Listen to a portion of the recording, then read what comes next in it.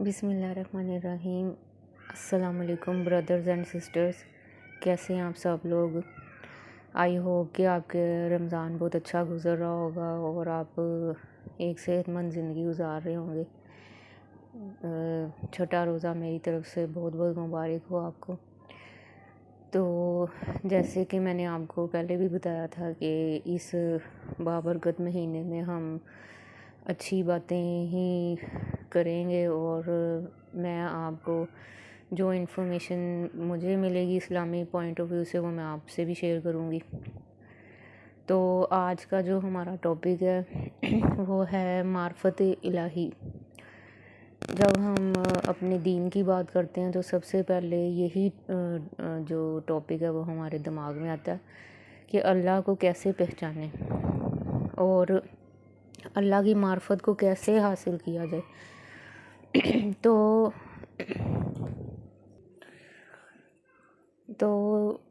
جیسے کہ آپ جانتے ہیں کہ ہم انسانوں کو اللہ نے تخلیق کیا ایک مائنڈ سیٹ کے ساتھ، ایک سوچ بچار کے ساتھ۔ ہمارے مائنڈ میں ایسی چیزیں ہیں کہ ہم سوچتے ہیں ہر چیز اچھی کی بھی ہمیں پہچان ہے اور برے کی بھی۔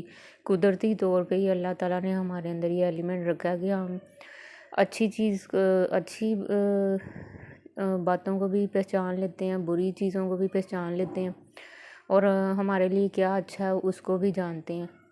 لیکن اس کے باوجود میں یہ سمجھتی ہوں کہ ہم لوگ اللہ کو صحیح سے اللہ کا حق ادا نہیں کرتے۔ ہم اللہ تعالیٰ کو پہچانتے ہی نہیں، ساری زندگی گزر جاتی ہے، یہاں تک کہ مسلم جو ہیں وہ بھی نہیں پہچانتے۔ نان مسلم تو چلو وہ پیدائشی طور پہ ہی ایسے مطلب ان کو نہیں پتہ ہوتا کہ اللہ کی ذات کیا ہے۔ تو لیکن اللہ تعالیٰ نے انسان کو اختیارات کے ساتھ کیوں پیدا کیا؟ کیونکہ اللہ تعالیٰ چاہتے تو عبادت تو فرشتے بھی اللہ کی کر رہے تھے، اور اللہ تعالیٰ کی ہر مخلوق اللہ کی پابند ہو سکتی ہے اگر اللہ نے ہمیں ایسے تخلیق کیا ہو۔ اب جو ملائکہ فرشتے یعنی جو ہیں وہ اللہ کی نافرمانی نہیں کر سکتے، کیونکہ ان میں یہ ایلیمنٹ ہی نہیں ہے، ان میں یہ فطرت ہی نہیں رکھی گئی، ان کو تابع داری کی فطرت کے ساتھ پیدا کیا گیا ہے۔ تو جو انسان ہے ان کو اللہ تعالیٰ نے پیدا کیا اس فطرت کے ساتھ کہ وہ اپنے اچھے برے کو سمجھتے ہوئے میری طرف آئیں، اللہ کی طرف جائیں۔ تو ہم کیا کرتے ہیں، ہم اپنی ساری زندگی غفلت میں گزار دیتے ہیں، سوچ بچار کرتے نہیں۔ قرآن میں آپ نے جو لوگ ترجمہ تفسیر سے پڑھتے ہیں قرآن کو وہ جانتے ہیں کہ اس میں بڑی جگہوں پہ یہ چیز لکھی گئی ہے کہ عقل مندوں کے لیے اس کتاب میں بہت سی نشانیاں۔ تو سب سے پہلے اگر آپ نے اللہ کو پہچاننا ہے تو آپ اللہ کی کتاب کو پڑھیں کہ اللہ تعالیٰ ہم سے اس مبارک کتاب کے ذریعے کیا باتیں کر رہا۔ تو جب مجھے بھی پہلے اتنا نالج نہیں تھا، یہ ہے کہ مسلمان ہے، نماز پڑھنی ہے، روزہ رکھنا ہے، ان چیزوں کا تو بچپن سے ہی پتہ تھا۔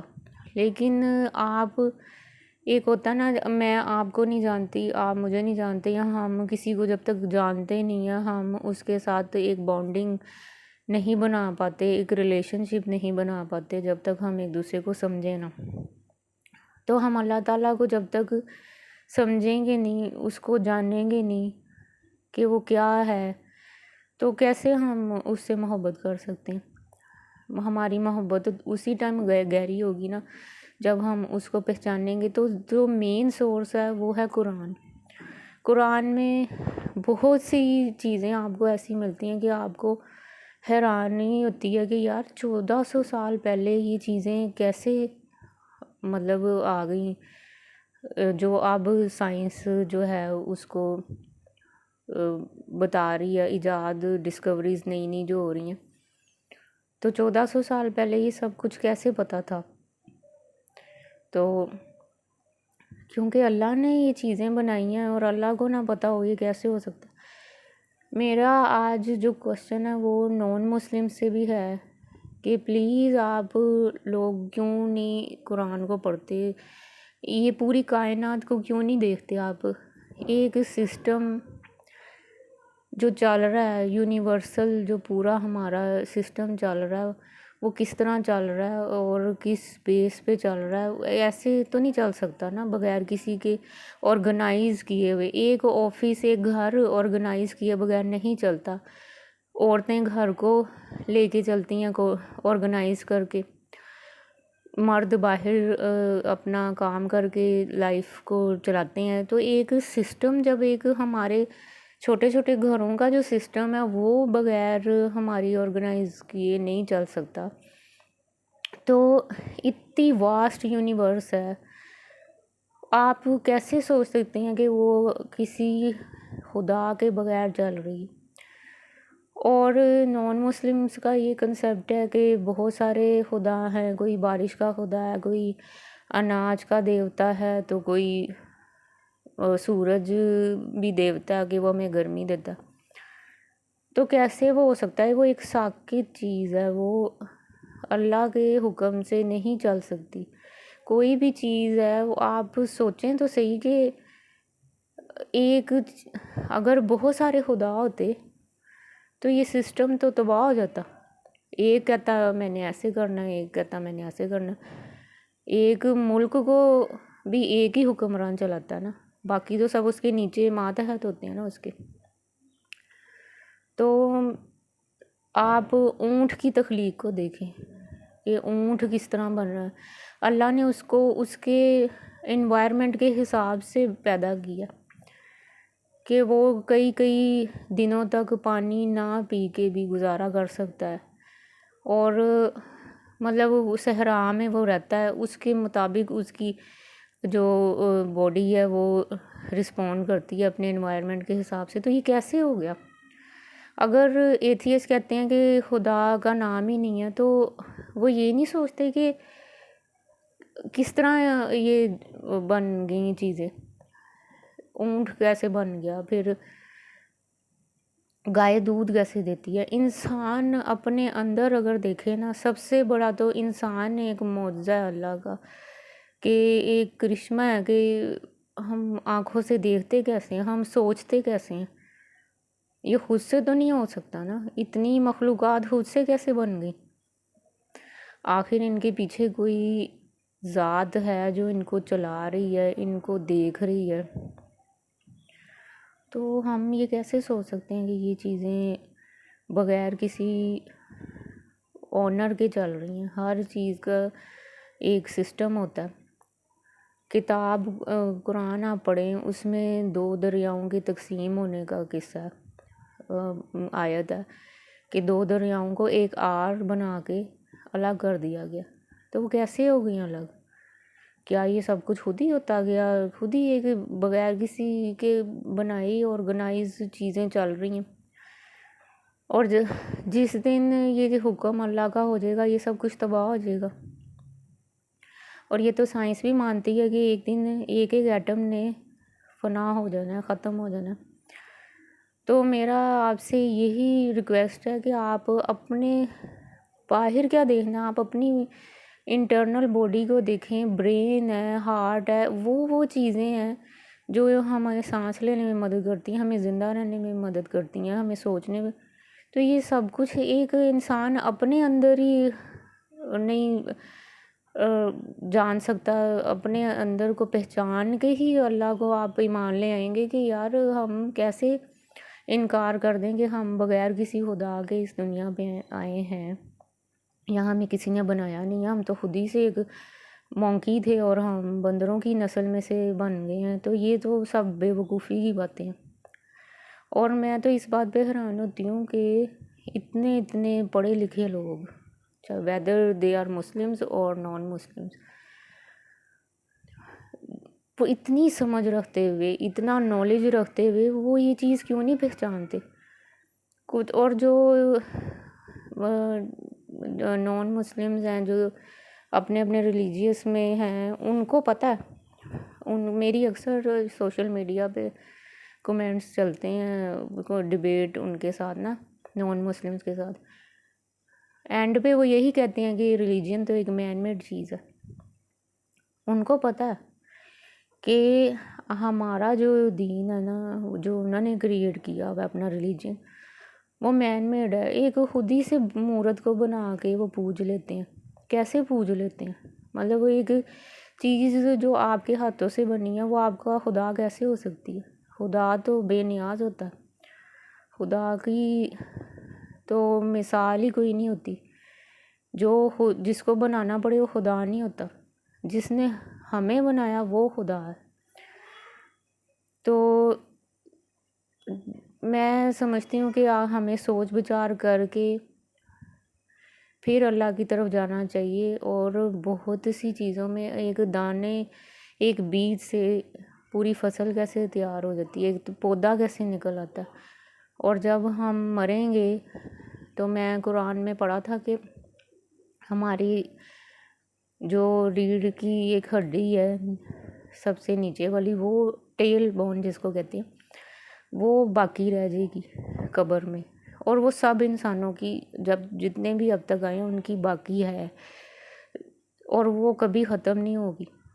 اور جب قیامت میں آئے گی، اللہ تعالیٰ جب حکم دیں گے کہ انسان دوبارہ زندہ ہو جائیں، تو تب اسی ہڈی سے، جیسے ایک بیج سے درخت اگتا ہے، اسی طرح انسان اس ایک ہڈی سے دوبارہ سے کریٹ کیے جائیں گے، اور وہ اپنی اپنی قبروں سے نکل کے میدان حشر کی طرف بھاگیں گے۔ تو آپ خود سوچیں، یہ تو سائنس بھی مان گئی ہوئی ہے کہ ہماری جسم کی جو ٹیل بون ہے وہ ختم نہیں ہوتی۔ ہر سائنس، ہر چیز، بگ بینگ تھیوری آپ دیکھ لیں، بلیک ہول کا کنسیپٹ دیکھ لیں، اتنے اتنے موضوع، سورہ کہف آپ پڑھیں، اتنی اس میں حضرت ذوالقرنین کا جو واقعہ ہے وہ کتنا امیزنگ ہے کہ ہم اگر یہ بلیک ہول کا کنسیپٹ ہے جہاں پہ ستارہ ڈوبتا ہے، کیا مطلب ہے اس کا؟ کہ ایک ستارہ ڈوبنے کی جگہ وہی ہوتی ہے نا بلیک ہول، جو سائنس بتاتی ہے ہمیں۔ یہ سب کچھ کیسے بغیر خدا کے چل سکتا ہے؟ اور ایک ہی ذات ہے جو ان سب چیزوں کو لے کے چل سکتی ہے۔ اگر ایک سے زیادہ خدا ہوتے تو یہ چیزیں کب کی ختم ہو گئی ہوتی، کائنات تباہ ہو گئی ہوتی۔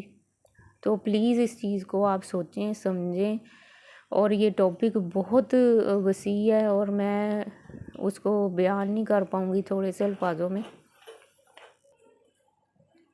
تو میرا یہی کہنا ہے آپ سب سے کہ پلیز جو مسلم ہیں آج کل، ان کو بھی، جو ماڈرن مسلم ہیں، سو کال ماڈرن، ان کو بھی نہیں پتہ کہ اللہ کی معرفت کیسے حاصل کرنی ہے، اور کیسے اللہ کو پہچاننا ہے، اور کیسے اس کو پہچان کے ہم نے اس سے محبت کرنی ہے، اس کے فرما برداری کرنی ہے۔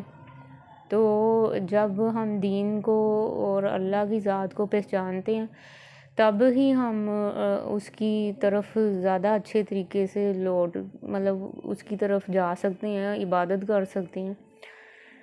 تو آئی ہوپ کہ آپ کو یہ چیزیں سمجھ میں آئی ہوں گی۔ اب ہمارے نبی پیغمبر جو تھے وہ اپنے اپنے معجزات کے ساتھ اس دنیا پہ آئے۔ وہ کیسے آئے؟ وہ کیسے ہی سب کچھ کریٹ ہوا؟